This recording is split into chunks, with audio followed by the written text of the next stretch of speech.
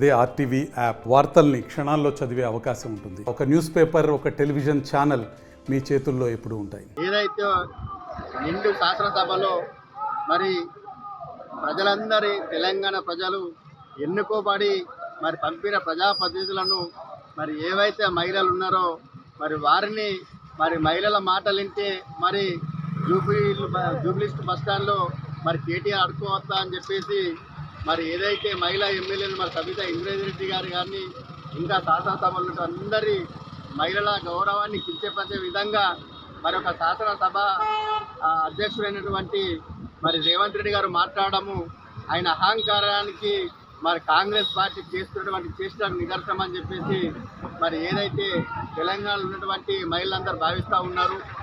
మరి ఇట్లాంటి అహంకారపూరిత మాటలను మరి తెలంగాణ మహిళా సమాజం ముక్త కంఠంతో ఖండిస్తూ ఉన్నది.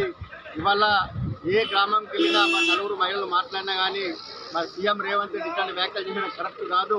మరి తెలంగాణ మహిళలు ఓటేయండి మరి సీఎం అయిందా మరి ఇట్లాంటి ముఖ్యమంత్రిని మరి మనము హెచ్చరించాలా, వ్యతిరేకించాలని చెప్పేసి ఇవాళ తెలంగాణ ప్రధానికం అంతా కూడా మరి ఇవాళ మాట్లాడుతున్నారంటే మరి సీఎం అయిన 8 నెలలనే మరి ఎంత ఆయన దిగజారిపోయిండో తెలంగాణ ప్రజానీకాన్ని బట్టి చూస్తే అర్థమవుతా ఉన్నది.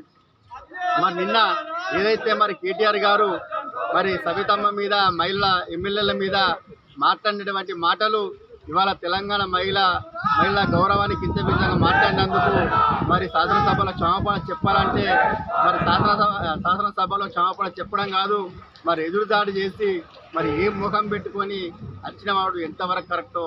మరి శాసనసభ అది తెలంగాణ ప్రజానీకం ఎన్నుకోబడిన ప్రజాప్రతినిధులు కాబట్టి ఎవరు ఎన్నుకుంటే వాళ్ళు వస్తారు కాబట్టి మరి కాంగ్రెస్ పార్టీ ఉంటేనే శాసనసభకు రావాలా అని చెప్పేసి వాళ్ళు మాట్లాడడం సిగ్గు చేయడం అని చెప్పేసి మరి ఇవాళ కమ్మరపల్లి మోర్తర్ మండల మహిళల తరఫున మరి సీఎం రేవంత్ రెడ్డి గారిని కోరుతా ఉన్నాం. 2 సార్లు మంత్రిగా చేసి 2 ప్రభుత్వాలలో కూడా కీలక పాత్ర పోషించినటువంటి వ్యక్తి సబితా ఇంద్రారెడ్డి గారు, వారిని కించపరుస్తూ ఈరోజు ముఖ్యమంత్రి రేవంత్ రెడ్డి గారు మాట్లాడడం చాలా సిగ్గుచేటు.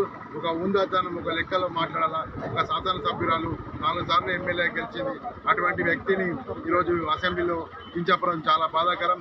ఇటువంటి కార్యక్రమాలు చేస్తున్నటువంటి ముఖ్యమంత్రి గారు ఇటువంటి పనులు చేస్తే ప్రజలలో కూడా చాలా హెచ్చరికలు చాలా అయితే ఉన్నాయి. ఖబర్దార్ రేవంత్ రెడ్డి.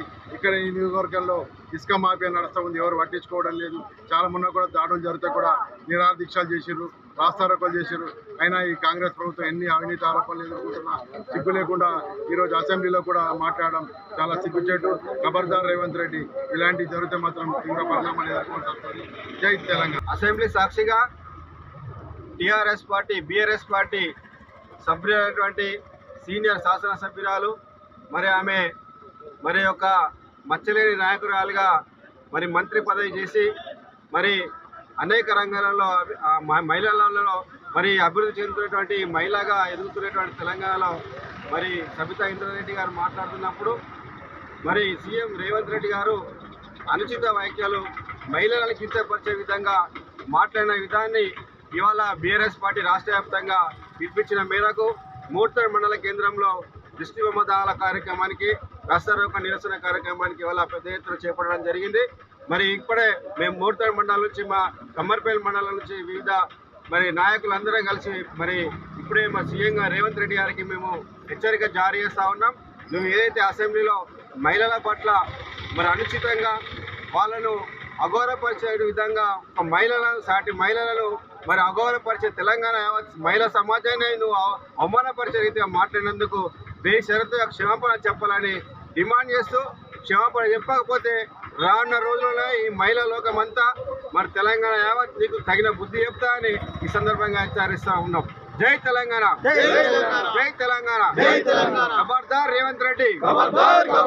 సాక్షాత్తు ఒక రాష్ట్ర ముఖ్యమంత్రి, ఈ రాష్ట్రాన్ని పరిపాలిస్తున్నటువంటి వ్యక్తి ఒక మహిళను పట్టుకొని అనుచితంగా ఆమె మాట్లాడుతుంటే అడ్డు తగిలి ఆయన అనవసరంగా ఒక మహిళను కించపరుస్తూ మాట్లాడడం తీవ్రంగా వ్యతిరేకిస్తూ, నువ్వు ఈరోజు 4 పార్టీలు తిరిగిన వ్యక్తివి, ఒక మహిళను నువ్వు ఆ పార్టీలో ఈ పార్టీ కదా ఆ పార్టీ ఇట్లా చేసిపోయినావు, అట్లా చేసినావు, అందులో కూడా నువ్వు ఉంటే వాళ్ళు బతుకు బస్టాండ్ అవుతాయని చెప్పి అనేక విధాలుగా ఆమెను కించపరుస్తూ మాట్లాడడాన్ని తీవ్రంగా వ్యతిరేకిస్తున్నాం. దీన్ని రాష్ట్ర మహిళా లోకమంతా నిన్న టీవీలలో చూసిర్రు, గమనిస్తూ ఉన్నారు. రేవంత్ రెడ్డి గారు మీకు ప్రజలు అవకాశం ఇచ్చిర్రు, మీరు మహిళలకు ఎన్నో హామీలు ఇచ్చున్నారు. కావాలంటే మహిళలకు ఇచ్చిన హామీలు నిలబెట్టుకొని మహిళల మన్నలను పొందండి. కానీ ఈ విధంగా మహిళలను అవమానిస్తే ఊపుకునేది లేదు. రానున్న రోజుల్లో తక్షణమే ఈ రోజు నువ్వు అసెంబ్లీలో ఆమె క్షమాపణ చెప్పాలి. లేకుంటే రేపటి నుంచి మేము విలేజ్లలో తిరుగుతూ మహిళలను ఐక్యత చేసి మహిళా లోకాన్ని కూడా రోడ్డు మీదకి తీసుకొచ్చే రోజులు దగ్గరలోనే ఉన్నాయి. అందుకే మేము ఒకటే మాట చెప్తా ఉన్నాం, ప్రజలు మీకు అవకాశం ఇచ్చిర్రు. ముఖ్యమంత్రి గారు మీరు మర్యాదగా నడుచుకోండి, మర్యాదపూర్వకంగా ఉండండి. మీరు ఏమంటే ఇవాళ టీఆర్ఎస్ పార్టీని 100 మీటర్లు పొందబెడతా అంటావు, లేకుంటే లాగులు తీసేస్తా అంటావు, లేకుంటే షెడ్యూల్ తీసేస్తా అంటావు. నువ్వు ఒక ముఖ్యమంత్రివా లేకుంటే ఏదన్నా డ్రామా క్యాంపిన్ల బ్రోకర్వా? అది అర్థం చేసుకొని ఒక ముఖ్యమంత్రి హోదాలో మాట్లాడితే మంచిగా ఉంటుంది. కాబట్టి బిడ్డ మేము ఒకటే చెప్తా ఉన్నాం, టీఆర్ఎస్ పార్టీ ఇలా తెలంగాణ కోసం కొట్లాడిన పార్టీ, ఇలా ఉద్యమాలు చేసి వచ్చిన పార్టీ. నీ ఉడక బెదిరింపులకు ఈ బుడర్గాని మాటలకు ఎవరు భయపడడు. 100 మీటర్ల లోతులకు వెళ్ళి కూడా పైకి వచ్చి నీ మెడలు వంచి నీ మెడను మా మెడలో వేసుకునేందుకు మేము సిద్ధంగా ఉన్నాం. జాగ్రత్త బిడ్డ. మా ఎమ్మెల్యేల పట్ల కానీ మా తెలంగాణ ఆడబిడ్డల పట్ల కానీ అనవసరంగా ఇంకోసారి నోరు జారితే నీ ఖబర్దారని చెప్తా ఉన్నాం. బిడ్డ తక్షణమే ఈ రోజు నువ్వు అసెంబ్లీలో క్షమాపణ చెప్పు, లేకపోతే రేపటి నుంచి నీకు జరగబోయే పరిణామాలు వేరే ఉంటాయని మరొకసారి హెచ్చరిస్తూ ఉన్నాం. కాబట్టి తక్షణమే ఈరోజు సాయంత్రం కల్లా నువ్వు అసెంబ్లీలో ఆమె క్షమాపణ చెప్పాలని మహిళా లోకానికి అందరికి దండం పెట్టి కాళ్ళు మొక్కాలని చెప్పి తెలియజేస్తూ మరిన్ని వీడియోస్ కోసం ఛానల్ ని సబ్స్క్రైబ్ చేయండి. లేటెస్ట్ అప్డేట్స్ కోసం వాట్సాప్ ఛానల్ ని ఫాలో చేయండి. అండ్ లింక్ డిస్క్రిప్షన్ లో ఉంది.